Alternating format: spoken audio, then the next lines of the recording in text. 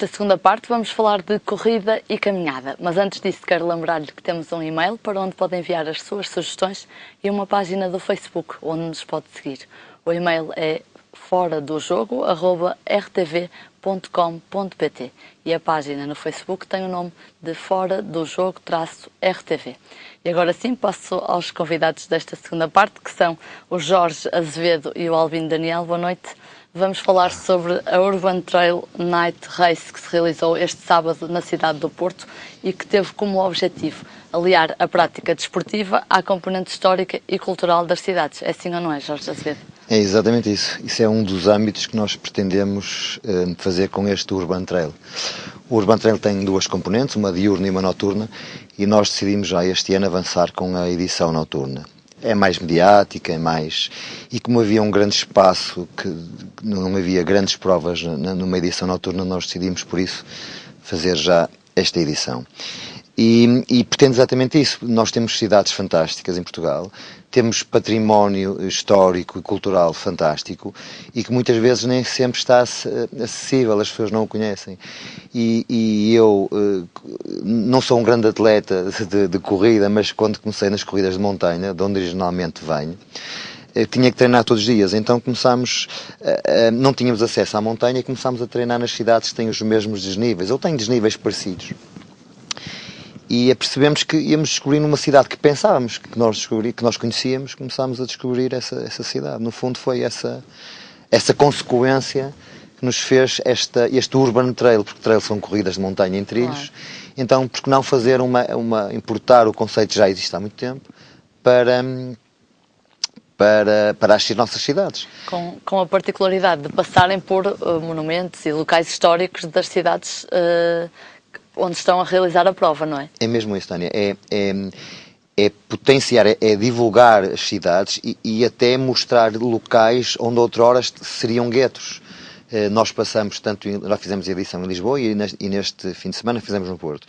E tanto numa edição como noutra, nós não pretendemos só mostrar os highlights ou aqueles monumentos que toda a gente conhece, mas também alguns locais fantásticos das cidades. Por exemplo, em Lisboa passámos por aquelas ruelas escondidas de Alfama. Aqui passámos no caserio do bairro da Sé, por exemplo, e as pessoas ficaram a conhecer melhor as suas cidades. E obviamente, passar também pelos monumentos, pelos highlights.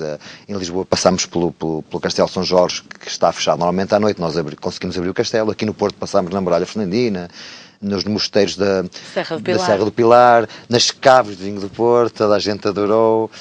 Passámos assim em sítios que achamos que tornar uma prova desportiva, lúdica ou cultural e que mostre isto para todo o mundo. Jorge, comparativamente com a corrida de Lisboa, no Porto participaram mais de 2.000 pessoas, num total de, penso que de cerca de 5.000 participantes, não foi? Ficou surpreendido com esta adesão? Fiquei orgulhoso, acima de tudo. Eu, como sendo do Porto, fiquei orgulhoso. Eu estava à espera que Lisboa tem muito mais corredores, tem muito mais gente a correr, é uma cidade fantástica e os números foram surpreendentes em Lisboa, os 3.000. Contudo, não estava mesmo à espera destes números, nós tivemos que fazer um ajuste em toda a logística e não estávamos à espera. Os números, nós estamos a dizer que os números são 5.000, mas como houve muita gente que aderiu sem se ter inscrito e com muitas crianças e muita gente que foi curiosa, que foi aderindo ao evento, garantidamente estiveram mais de 6.000 pessoas.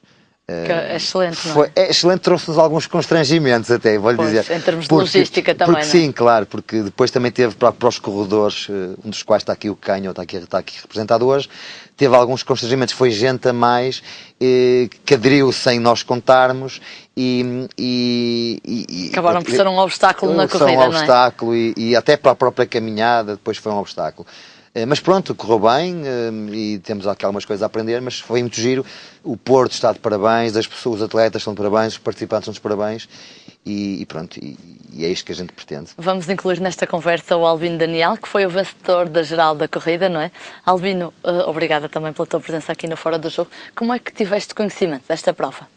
Esta prova tive conhecimento também já há uns tempos, quase, não foi desde o berço, mas a dar os primeiros passos também aqui pelo Jorge e pelo Miguel, o qual, quando montaram aqui esta prova no Porto, me endereçaram o convite, de pronto aceitei. Claro, correr na cidade do Porto, ainda para mais, conseguir correr nas suas entranhas mais escondidas, claro que era um desafio aliciante. Foi esse o principal motivo que te fez participar nesta corrida? Conhecer os meandros da cidade do Porto e, neste caso, também de Vila Nova de Gaia, não é? Uma vez que passaram a ponte para o lado da margem sul do Douro. Exato, foram as duas cidades. Sim, há certos sítios que já conhecia, mas esporadicamente, não era numa vertente tão desportiva, por assim dizer, e ainda para mais correr à noite com tanta gente. Era um desafio que, no meu ponto de vista, era sempre aliciante e era desafiante para qualquer atleta de trail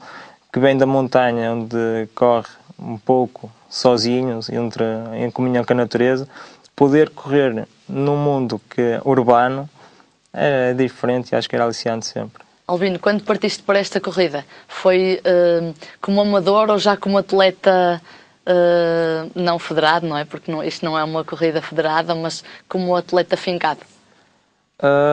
Este ano Qual foi o espírito com que partiste para esta corrida? O espírito, sou sincero, o espírito não era correr como corria, era um espírito de estar com os amigos, estar no meio do pelotão, viver a corrida de uma maneira diferente. Só que tenho um espírito um pouco, acho que às vezes competitivo demais e a adrenalina sobe e deixei-me levar pelas pernas e foi até ao fim. Quando é que começaste a perceber que era possível ganhar da corrida? Acho que ainda foi na zona do Porto. Ainda foi na zona do Porto que acho que senti que tinha capacidades e estava-me a sentir bem. E depois, como estávamos a falar, a parte da caminhada, as pessoas a incentivar, depois naquelas pequenas ruelazinhas, vinham as pessoas às varandas, janelas, saíam dos cafés e bora incentivar. A pessoa vai correndo e vai dando cada vez mais gosto de correr mais. Havia participantes em todas as partes da cidade, não era, Jorge? Que feedback conseguiu recolher por parte dos participantes? Foi isso que foi um bocado em complementariedade daquilo que o Albino está a dizer. Isto é para nós é isto que para nós é que sentimos que foi uma aposta ganha, que é sentir as pessoas de zonas, porventura zonas menos relembradas das nossas cidades, virem apoiar os atletas, baterem palmas e envolver todas estas, e disse muito bem, as duas cidades, porque o Porto e a Gaia articulou-se muito bem para a organização deste evento. Foi um esforço fabuloso, tanto das autoridades como das câmaras, conseguir pôr isto em pé, ao qual nós agradecemos.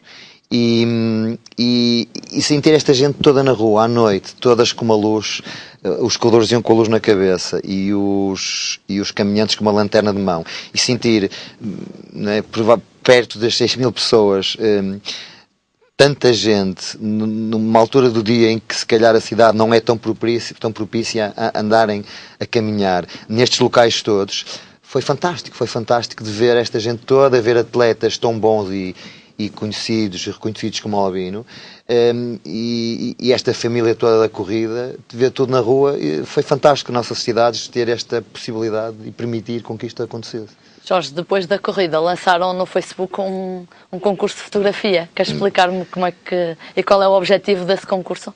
O objetivo é mesmo o com que as pessoas memorizem mais tempo estes momentos. Se nós estivermos, eu podia falar ou contratar 3 ou 4 fotógrafos profissionais para lá estarem a tirar fotografias que tiveram lá. Mas hoje há uma palavra muito engraçada que é o crowdsourcing, que é todos contribuirmos para algo melhor. E se todos pudermos dar um bocadinho, a coisa fica muito mais composta. E esse crowdsourcing é mesmo isto. Se todos os participantes entrarem, isto não é só um evento em que as pessoas vão competir e vão... Acho que é algo cénico, as pessoas entram e são também elas próprias os atores daquilo que próprias fotografam. E todas juntas ficam as fotografias estão aí, vão aparecer no concurso e todas vão se poder rever e relembrar por mais tempo. Até porque tive a oportunidade de ver, houve até famílias inteiras que participaram, não é? Exato. Uma prova até familiar. Sim, nós permitimos com que as crianças fossem gratuitamente e apareceu o avô, os pais e as crianças, é isso que a gente quer. É algo para toda a gente, transversal para a família, para toda a gente aparecer. Albino, esta foi a primeira corrida noturna em que participaste? Em termos urbanos, sim, posso dizer que sim. Em termos de trail de montanha, não. Já tinha feito outras noturnas, só que o ambiente é completamente distinto. Num lado estou com a solidão e com a paz que a noite nos dá, porque na montanha temos a tranquilidade. Aqui no meio urbano era diferente. Tens as ruelas, vêm as pessoas à janela, há um incentivo diferente, há uma aproximação muito mais do carinho de quem está a ver, de quem está a correr, quem está a se esforçar. E o que é que achaste, por exemplo, de passar no meio dos barris das cavas do vinho do Porto? Eu vou ser um pouco sincero, gostava de ter desfrutado um pouco mais quando lá passei. Devia estar prevista uma paragem, Jorge. Pois, nós temos medo depois que as pessoas se perdessem, depois tinham o rio ao meio, não pudessem ir lá ao rio. Meteu-me um pouco de raiva, as pessoas estavam a desfrutar bem mais do que eu naquele momento, porque via-se pessoas paradas a tirar fotografias. E a minha preocupação era só tentar fintar o máximo possível de pessoas e tentar sair dali o mais rápido possível. Chegar em primeiro lugar, não é? Não era chegar em primeiro lugar, era tentar dar o melhor de mim. Correu bem, consegui. Esta é uma prova para repetir? Sim, temos estas duas cidades são cidades vencedoras, o Lisboa e Porto, já temos feedbacks positivíssimos de todas as entidades, desde políticas, as autoridades, estão todas contentes porque viram que isto realmente tem muito potencial. Temos imensos turistas a participar, temos sementes fortíssimas de turistas. Nós este ano aqui no Porto tivemos imensos espanhóis aqui da Galiza, tivemos imensos franceses, tivemos alemães, tivemos brasileiros. Isto para o ano vai dar frutos muito bons, prevemos que isto vai crescer muito para os estrangeiros. Estas duas cidades são vencedoras, já temos convites de cidades estrangeiras para fazer isto, já temos outras cidades portuguesas a querer nos convidar. A ideia base é portuguesa? Sim, assim, a ideia por acaso já existia há mais tempo, há 5 anos em Lyon, foram os primeiros originais a fazer um Urban Trail. Nós quando criámos, não copiámos, criámos e decidimos criar o Urban Trail e depois é que soubemos que já existia. Mas este conceito de queremos exportar e dinamizar, estamos a fazer nós que o estamos a fazer. Jorge, só para rematar esta animada conversa, foi fácil convencerem os responsáveis pelos locais por onde passaram a abrir as portas à noite? Sim, eles quando perceberam que iriam ter tanta gente e a divulgar e mostrar estes locais fantásticos que fazem parte também das nossas cidades, foi fácil, foi preciso articular, mas foi fácil e toda a gente quer também para o ano trabalhar e continuar neste alinhamento. Eu vou lá estar com certeza e vocês também estarão cá depois para fazer novamente um balanço da iniciativa. Obrigada por terem estado aqui. Até uma próxima. Obrigado. Passamos agora aos destaques da capa do Jornal Audiência de Desporto, que estará amanhã nas bancas.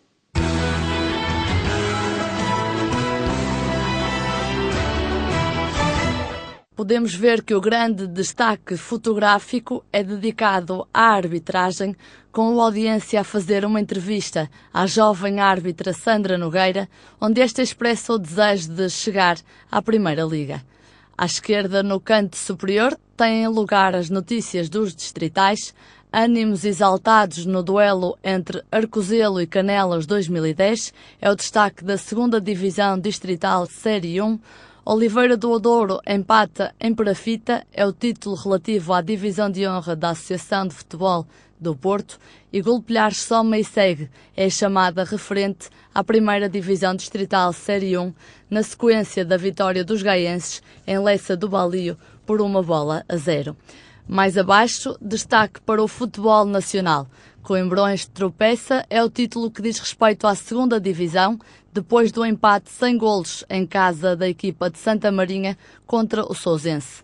Na 3ª Divisão, alma salgueirista demasiado grande para o Grijó, é o rótulo que retrata a vitória do Salgueiros frente aos pupilos de Óscar Nogueira por 0-1.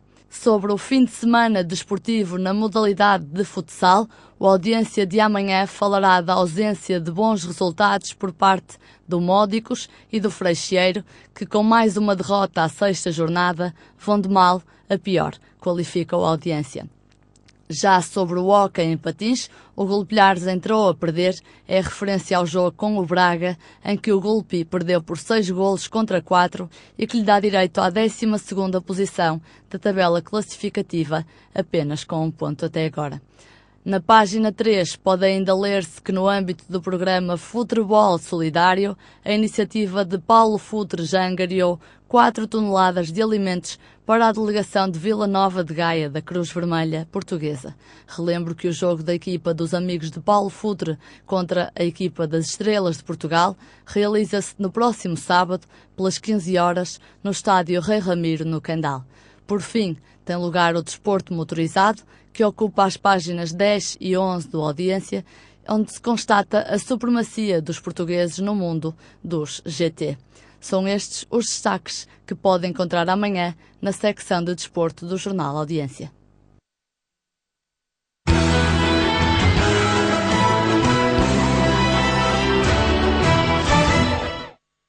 Segue-se o espaço onde vamos comentar o fim de semana desportivo com José Cancela Moura. Boa noite, Cancela. Boa noite. Começamos pela Seleção Nacional, que perdeu o encontro de sexta-feira contra a Rússia, Cancela.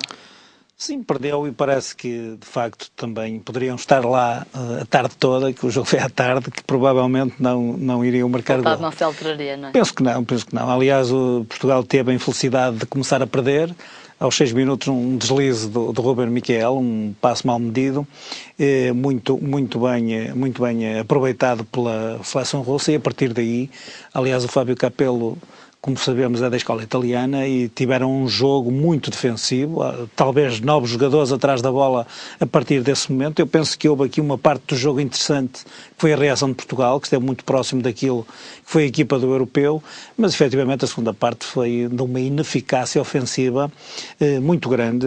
Portugal não encontrou soluções, nem com a entrada do Varela, nem mais tarde com a entrada do Éder, para substituírem quer o Postiga, quer o Ruben Miquel, tiveram a capacidade ou a profundidade ofensiva que seria necessário para ultrapassar esta situação. Aliás, isto aqui parece-me um bocadinho uma repetição desta segunda parte daquilo que aconteceu com o Azerbaijão, em Braga, onde efetivamente Portugal já revelou muitas dificuldades para ultrapassar estas teias defensivas, e que vai encontrar, porque as equipas que Portugal tinha ou tem pela frente neste grupo poderão muitas vezes acontecer isto. Mas também os arranques, Cancela, que tem sido o hábito, arranques da seleção portuguesa com bastante desorganização em campo.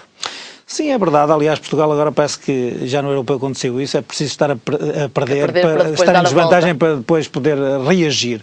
Mas neste caso eu penso que Portugal, apesar de não ter abandonado o Paulo Bento, o 4-3-3, que é habitual a seleção jogar, jogo que foi condicionado pela lesão do Raul Meireles, e eu penso que o Ruben Miquel, que é capaz de ter acusado um bocadinho esta responsabilidade de começar de início. Penso eu.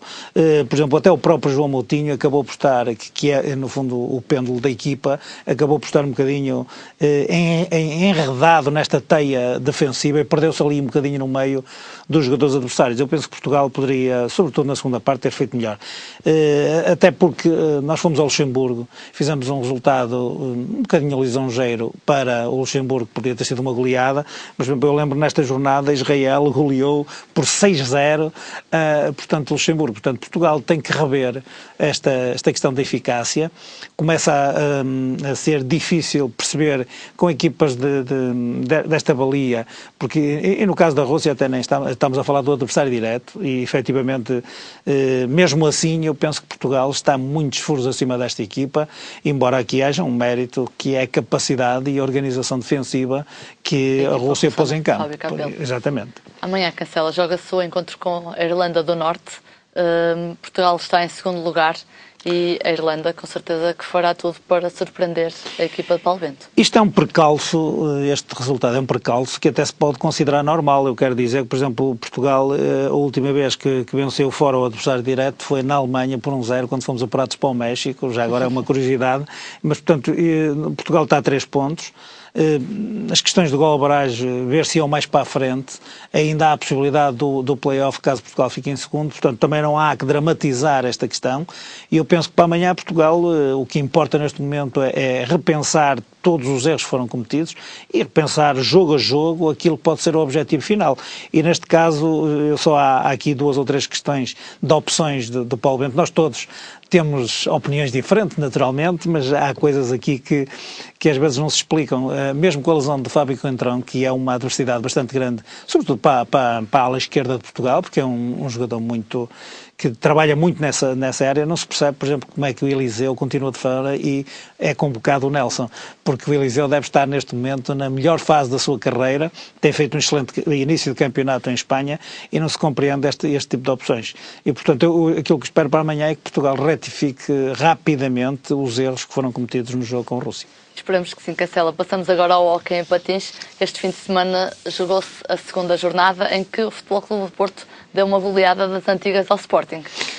Sim, é um resultado que nós poderemos dizer que, eu não diria normal, porque eu penso que o Sporting é importante que se diga, há uma década que não estava na primeira divisão, como sabem isto é o regresso de um histórico da modalidade, com um clube que provavelmente ainda deve ser aquele que tem o maior número de títulos, ou um dos que tem maior número de títulos, e eu penso que este resultado reflete a diferença de uma equipa que foi trabalhada ou chegou neste momento à primeira, está de regresso à primeira divisão, trabalhada provavelmente nos escalões de formação com jogadores que obviamente são muito jovens, muita inexperiência do ponto de vista. Casa, exatamente, os escalões de formação do Sporting nas amadoras e até no futebol têm tradição, mas por exemplo o Futebol Clube Porto tem jogadores de seleção, no 5 inicial continua a ter jogadores poderosíssimos, como o Reinaldo Ventura, como o Jorge Silva, como o Ricardo Barreiros, como o Edu Bosch, que efetivamente são uma equipa, uma das melhores equipas e ainda são,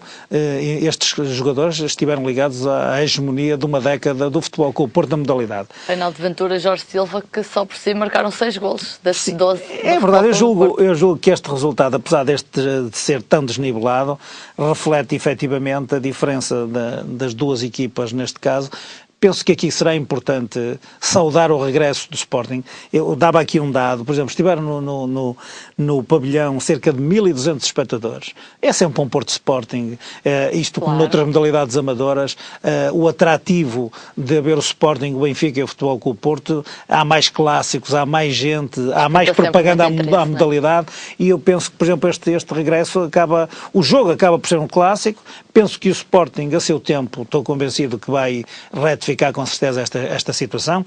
Admito que pudessem, do ponto de vista desportivo e da competitividade que exigia a primeira divisão, terem saído reforçados com 1 ou 2 jogadores de outro nível para eventualmente acautelar este tipo de situações, mas eu julgo que o Sporting vai ser uma equipa que com certeza vai querer firmar os seus créditos e retificar rapidamente e consolidar a sua posição na primeira divisão. Portanto, isto é um resultado dentro daquilo que é diferente das equipas. Aliás, também penso que o Futebol Clube Porto, que teve uma entrada em falso em Paços de Arcos com 4-4 na primeira jornada, quis se precaver de outro tipo de percalços e efetivamente fazer um resultado que de facto não se usa muito no Campeonato Nacional da Primeira Divisão.